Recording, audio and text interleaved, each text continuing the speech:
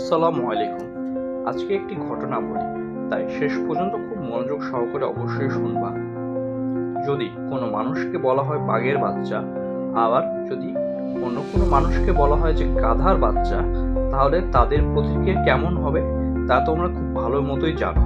এখন বাঘের বাচ্চা আর গাধার বাচ্চা দুটোই কিন্তু প্রাণী।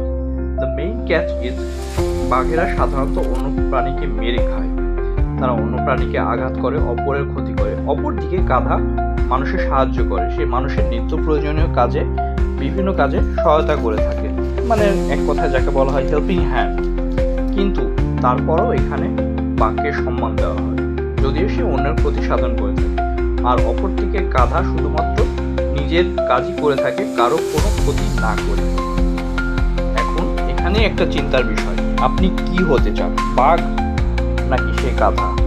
ভিডিওটি ভালো লেগে থাকলে অবশ্যই লাইক এবং শেয়ার করবেন। ধন্যবাদ।